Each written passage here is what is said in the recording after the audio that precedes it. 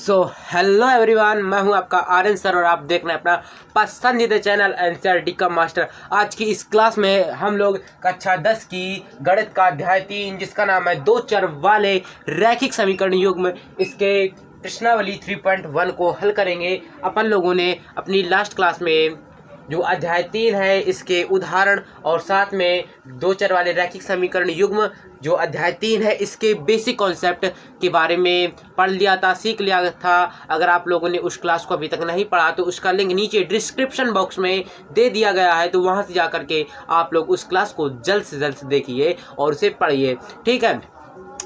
आज की इस क्लास में अपन लोग प्रश्नावली 3.1 को हल करते हैं। चलिए स्टार्ट करते हैं। 3.1 के जो क्वेश्चन नंबर पहला है तो इसे हल करते हैं। आप लोग हमारी इस क्लास को जल्द से जल्द लाइक कर दे, सब्सक्राइब कर दे चैनल को और हमारी इस क्लास को अपने फ्रेंडों को शेयर करें, जिससे कि आपका तो नॉलेज बढ़े साथ में आपके फ्रेंडों की भी नॉलेज बढ़े, ठीक है। तो चलिए स्टार्ट करते हैं प्रश्नावली 3.1 को। तो अपनी जो प्रश्नावली 3.1 है इसमें क्वेश्चन नंबर जो पहला है वह कह रहा है कि कक्षा 10 के 10 विद्यार्थियों ने एक गणित की प्रतियोगिता में भाग लिया। कितने विद्यार्थी हैं? 10 विद्यार्थी हैं, ठीक। उसके बाद भाग लिया लड़कियों की संख्या लड़कों की संख्या से 4 अधिक है। कितनी अधिक है? लड़कियों की संख्या लड़कों से 4 अधिक है। तो प्रतियोगिता में भाग लिए गए लड़कों व लड़कियों की संख्या ज्ञात करनी है। तो हमें क्या पता है? हमें पता है, यहाँ लिखेंगे हम लोग, माना कि जो हम लोगों को ज्ञात करना होता है उसे एक्स वाई के रूप में मानते हैं, ये तो हम लोगों को पता ही है। तो अपन लोग क्या कर लिखेंगे? माना कि लड़कों की संख्या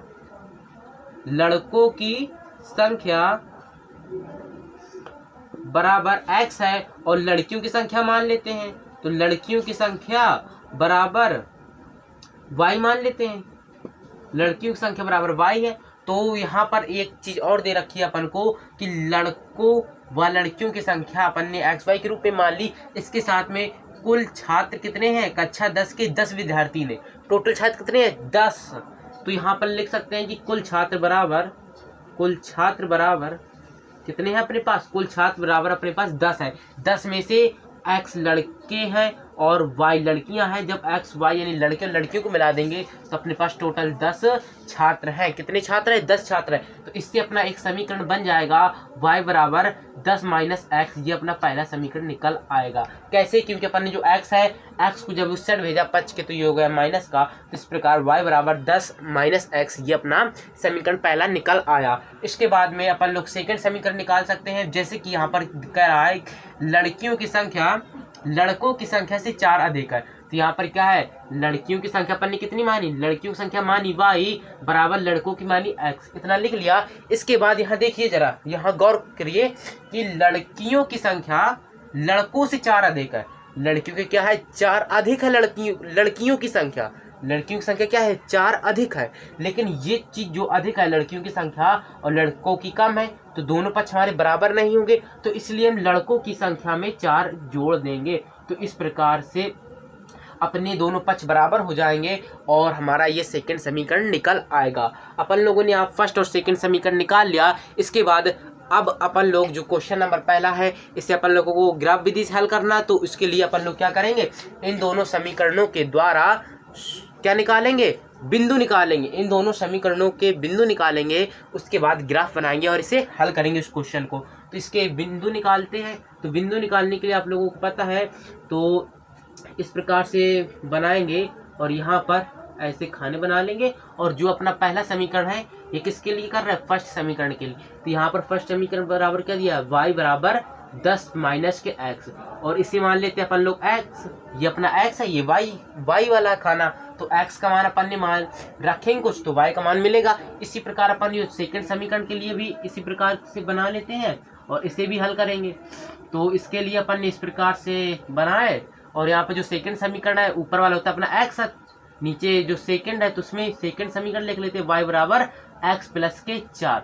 तो अब आप लोग यहाँ पर कोई मान रखते जाइए x का मान और y का मान अपन को निकल कर आ जाएगा। तो चलिए अब अपन लोग इस पर मान पुटअप करते हैं। तो यहाँ पर अपन ने 3 रखा, x बराबर क्या रखा? 3। तो y का मान कितना आएगा? अपना 7 आएगा। कैसे आएगा? चलिए हल करते हैं। तो जैसे कि अपन को यहाँ पर यहाँ समझिए, जैसे कि अपन को y बराबर 10 माइनस के x ये लिखा है बहुपद, यहाँ पर अपन ने x का मान रखा, तो 10 माइनस x का मान जैसे अपन ने यहाँ पर क्या रखा 3 रखा, अपने मन से रखा 3, तो अपना y बराबर क्या मिला, y बराबर अपन को 7 ही तो मिल रहा है ना, तो वही तो यहाँ y का मान 7 आ गया। इसी प्रकार आप x का मान 0 रख सकते हैं और y का मान निकाल सकते हैं। तो अपन ने जब मान लिया यहाँ पर y बराबर 10 माइनस का x और y बराबर 10 माइनस के यहाँ पर क्या रखा x का मान अपन ने 0 रखा, तो यहाँ 0 रख देंगे और y बराबर अपन को क्या मिल जाएगा, y बराबर 10 मिल जाएगा, तो यहाँ 10 रख सकते हैं। इसी प्रकार जो अपन ने सेकंड समीकरण के लिए बनाया था, यहाँ पर भी अपन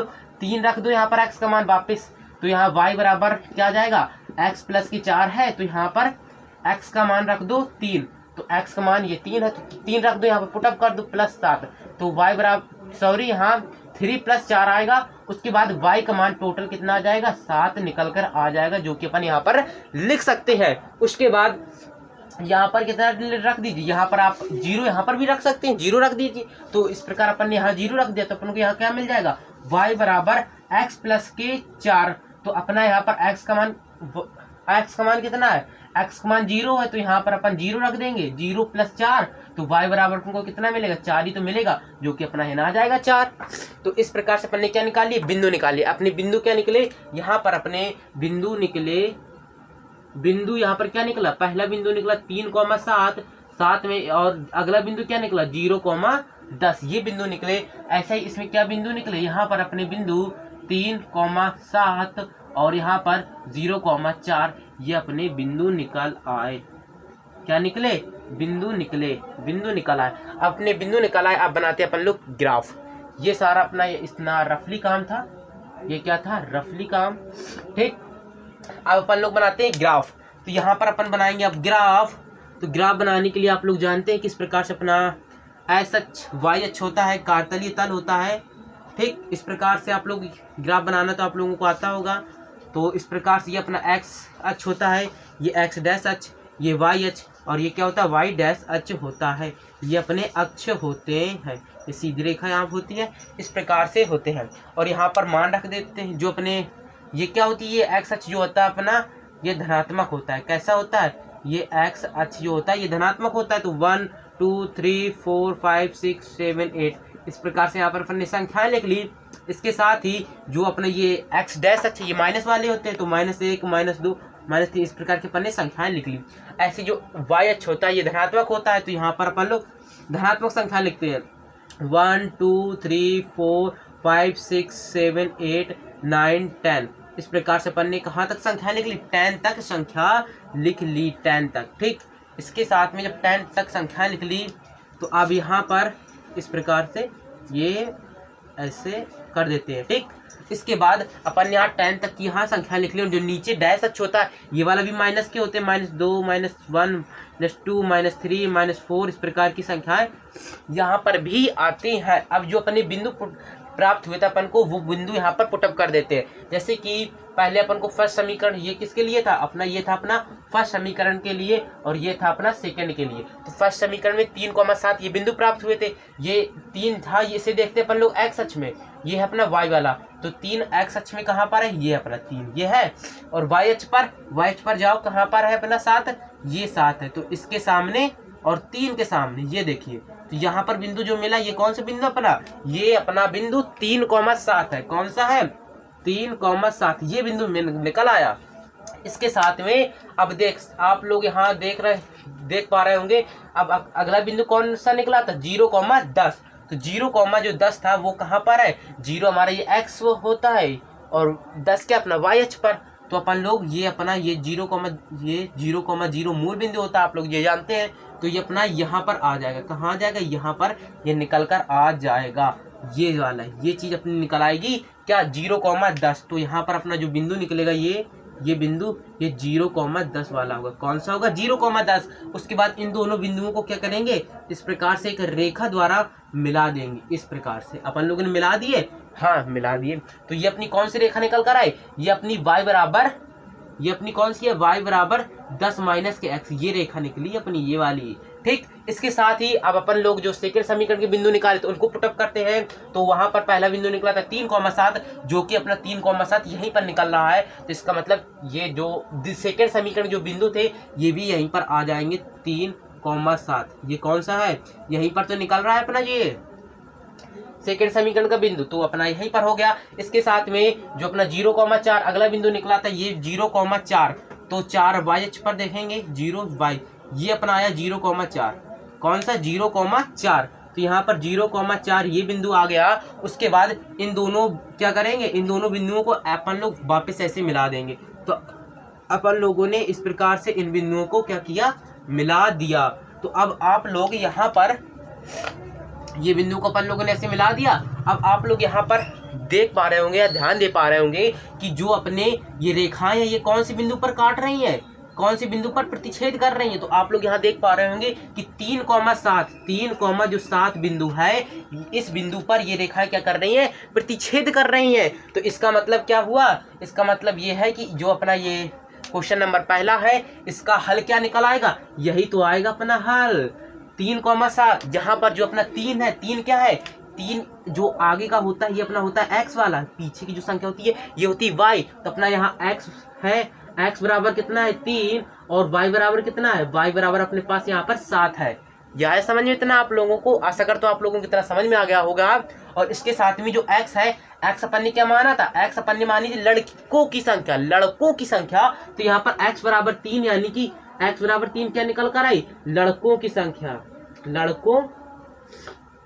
लड़कों की संख्या निकली, लड़कों की संख्या ये क्या निकली, ये अपनी निकल आई 3 लड़कों की संख्या। और y क्या मानती, लड़कियों की संख्या, तो ये अपनी क्या है, ये अपनी है लड़कियों की संख्या, लड़कियों, ये क्या है अपनी लड़कियों की संख्या है, लड़कियों की संख्या। तो इस प्रकार से अपना जो क्वेश्चन नंबर पहला है उसके हल निकला है। उसका हल क्या आया, उसका हल आया लड़कों की संख्या अपनी कितनी है, लड़कों की संख्या अपनी यहाँ पर 3 आई और लड़कियों की संख्या 7 आई। ठीक, इस प्रकार से अपन लोगों ने ये अपना क्वेश्चन नंबर पहला सॉल्व कर लिया। अगर आप लोगों को इस क्वेश्चन नंबर पहले का जो हल है इसका स्क्रीनशॉट लेना हो आप लोग ले सकते हैं, प्लीज़ जल्दी लीजिए। तो आशा करता हूं कि आप लोगों को हमारी जो क्वेश्चन नंबर पहला है इससे का हल अच्छी तरीके से समझ में आ गया होगा। तो अब अपन लोग अपने क्वेश्चन नंबर 2 को हल करते हैं। जैसा कि क्वेश्चन नंबर 2 आप लोग यहाँ पर देख पा रहे होंगे, इसमें कह रहे हैं अपन लोगों से कि 5 पेंसिल और 7 कलम का मूल्य 50 रुपए है। कितने रुपए है, 50 रुपए है। इसके साथ में जबकि 7 पेंसिल तथा 5 कलमों का मूल्य 46 रुपए है। तो एक पेंसिल एक कलम का मूल्य ज्ञात करना है। तो जिस प्रकार से अपन ने जो क्वेश्चन नंबर पहले था इसके समीकरण निकाले, उसी प्रकार आप लोग इस क्वेश्चन के समीकरण निकालिएगा। समीकरण निकालने के बाद में इसे के बिंदु निकाल लीजिएगा, उसके बाद ग्राफ बना करके इसे हल कर सकते हैं आप लोग। तो जो आपका ये क्वेश्चन नंबर 2 है ये आपका क्या है, ये आपका होमवर्क है। इसे आप लोग घर पर होमवर्क में ट्राई कीजिएगा। अगर आप लोगों को यह क्वेश्चन आ जाए तो अच्छी बात है। अगर आप लोगों को यह क्वेश्चन का सॉल्यूशन चाहिए हो तो आप लोग नीचे कमेंट बॉक्स में कमेंट कर सकते हैं, जिससे कि हम अपनी अगली क्लास में आप लोगों को आज जो क्वेश्चन नंबर 2 है इसका सॉल्यूशन अच्छी तरीके से एक्सप्लेन करके आप लोगों को समझा देंगे। ठीक है, तो इसके लिए आप लोग घर पर ट्राई कीजिएगा। ये वाला आपका होमवर्क है। हल करेंगे क्वेश्चन नंबर 2 को हल करेंगे।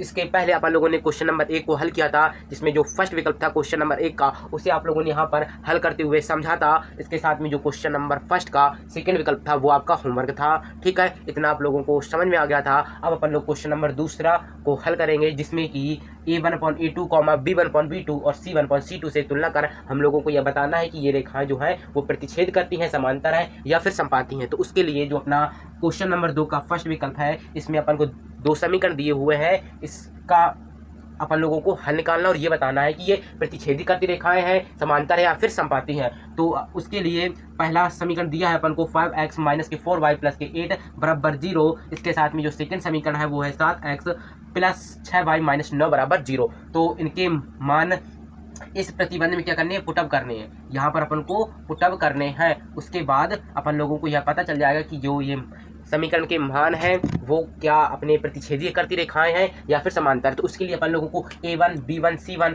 और A2 B2 और C2 की आवश्यकता पड़ेगी। तो उसके लिए अपन लोग A1 B1 और C1 ज्ञात करते हैं, इसके साथ में ही A2 B2 और C2 ज्ञात कर लेते हैं। ठीक, उसके बाद अपन लोग A1 B1 C1 और A2 B2 और C2 के मान ज्ञात हो जाएंगे तो उसे इस प्रतिबंध पर पुटअप कर देंगे, तो जिससे अपन को पता चल जाएगा कि ये रेखाएं समांतर है, संपाती या प्रतिच्छेदी है। तो उसके लिए A1 अपना क्या आ जाएगा, फर्स्ट समीकरण देखना है। तो यहाँ पर अपना A1 निकल कर क्या आएगा, तो यहाँ पर अपना A1 निकल कर 5 आ जाएगा। कितना आ जाएगा, 5 आ जाएगा, क्योंकि यहाँ पर 5 है।